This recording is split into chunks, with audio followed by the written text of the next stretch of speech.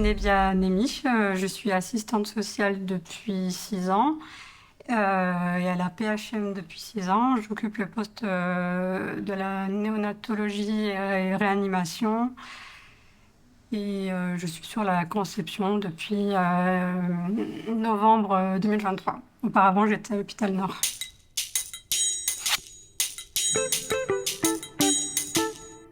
Alors, sur la réanimation néonatale, on accompagne plutôt les parents et les enfants et les bébés. C'est de l'ouverture de droits essentiellement, de la protection de l'enfance aussi.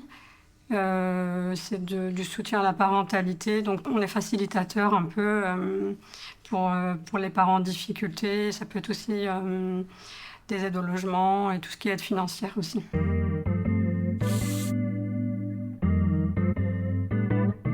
Alors, quand on dit médecine néonatale, forcément, c'est des bébés qui sont nés prématurés.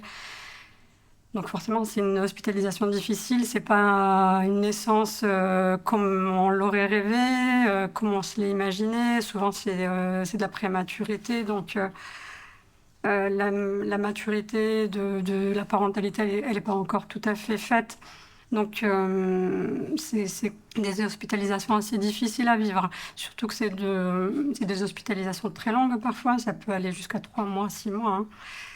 Hein. Donc là, le côté social, forcément, côté social et côté vie privée, il en prend un coup. Donc c'est là que nous, on intervient, on a toute notre place. On est une néonatologie de stade 3. C'est-à-dire que c'est des très grands prématurés et c'est au niveau régional. Donc on a des patients qui viennent des familles qui viennent de toute la région et parfois de la Corse aussi. Donc c'est là où se pose le problème de l'éloignement géographique du domicile. Et nous, on les soutient sur l'hébergement, des aides à l'hébergement comme Maison McDo qui sont nos partenaires. Et les aides financières sur les transports, les frais kilométriques.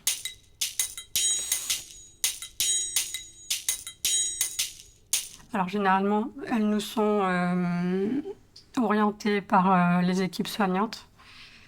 Au préalable, si on en a parlé en staff prénatal, on peut repérer déjà des difficultés chez certaines patientes.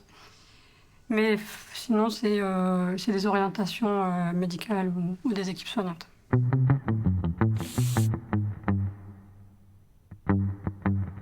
Bon, des fois, c'est vrai que le premier contact, il peut être directement par la famille parce qu'elles ont vu notre affiche dans le service, elles savent qu'on existe ou pendant la grossesse, on a déjà pris un premier contact, il y a eu de l'accompagnement. Donc soit ça a été des rendez-vous et on se connaît, soit c'est ponctuel, par prise de rendez-vous, les familles nous voient, viennent dans notre bureau. Soit c'est nous qui allons vers les familles. Parce que c'est pas toujours facile de demander de l'aide, surtout quand c'est de l'aide financière. Donc, comme je vous disais, on le repère via les équipes soignantes. Moi, je peux aller vers elles. Et aussi, des fois, entendre assistante sociale, ça peut faire peur. Mais on essaie de dédramatiser, de dire qu'on est vraiment là pour elles et que c'est de l'accompagnement à la parentalité. C'est pour faciliter au mieux l'hospitalisation.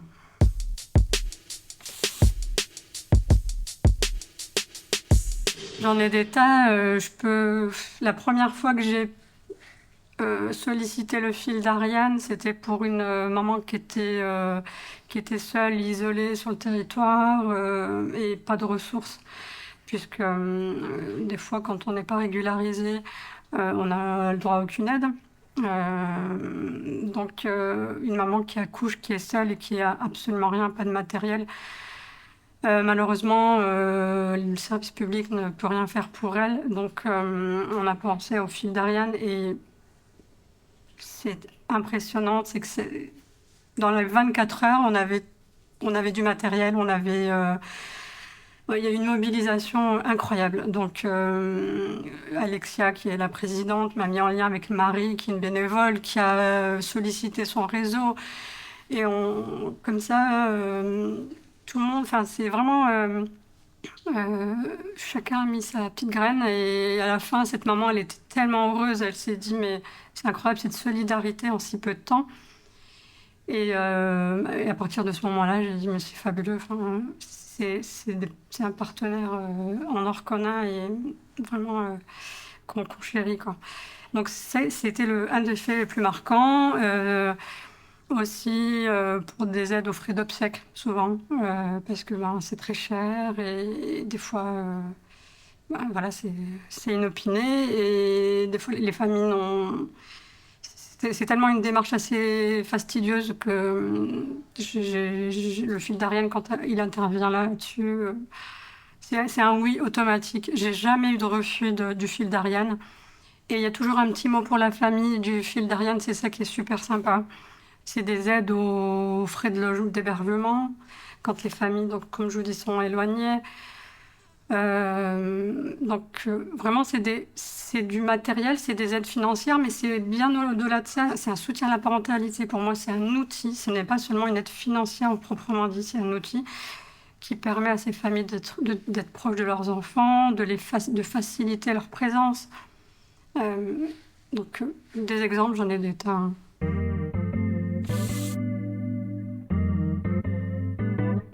Alors, moi, en arrivant directement à la PHM, comme c'était un partenaire, on a un fichier de partenaires pour les aides financières.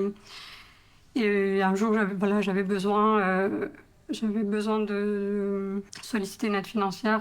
Ben, j'ai appelé Alexia et elle m'a dit, mais moi, je vous connais pas. Et j'ai dit, bah oui, je suis nouvelle. Et elle a dit, bon, super, on va faire connaissance et je vais vous expliquer comment nous on fonctionne. Et ce qui était sympa aussi, c'est qu'elle ne demande jamais les ressources des parents. Rien de privé, en fait. Juste la situation.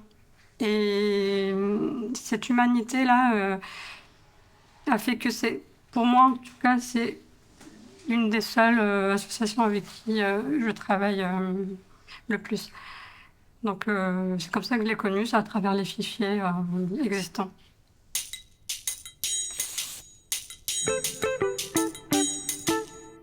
Déjà, il y a mon évaluation sociale. Mais si j'ai fait ce métier, c'est que je suis pour la justice sociale et l'équité. Donc, à partir du moment où on a un enfant qui est né prématuré, qui est hospitalisé, on l'a pas choisi, c'est un événement qui vous arrive, c'est des fois dramatique. Je me pose pas la question de juste ou pas. Généralement, c'est pas les familles qui me la demandent, c'est nous qui disons ça existe. Vous voyez. Mais pour moi, c'est l'équité pour tous.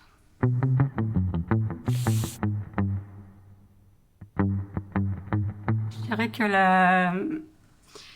le milieu hospitalier, c'est un milieu à part. On est dans la société, mais c'est un microcosme où l'humanité, elle existe encore. Dans le sein de l'hôpital, c'est vrai que dans la société actuelle, avec, euh, avec l'actualité, on peut se dire que c'est en déclin, mais ben, on y croit et on défend les valeurs sociales. On est là pour les valoriser. Dans le sein de l'hôpital, on montre qu'on est là aux équipes médicales. Euh, c'est vrai il y a forcément moins d'aides qu'auparavant. Il y a des aides qui sont en danger. Mais c'est à nous de montrer et faire remonter, par exemple à l'ARS, qu'il y a des besoins. Et si on ne le montre pas, en fait, ça ne sera jamais su. Donc, l'hôpital, pour moi, c'est un microcosme plein d'humanité, plein de valeurs, où on croise différentes cultures, différentes religions, et il n'y a pas il n'y a aucune distinction. De toute façon, éthiquement, on ne peut pas faire de distinction. Et déontologiquement non plus.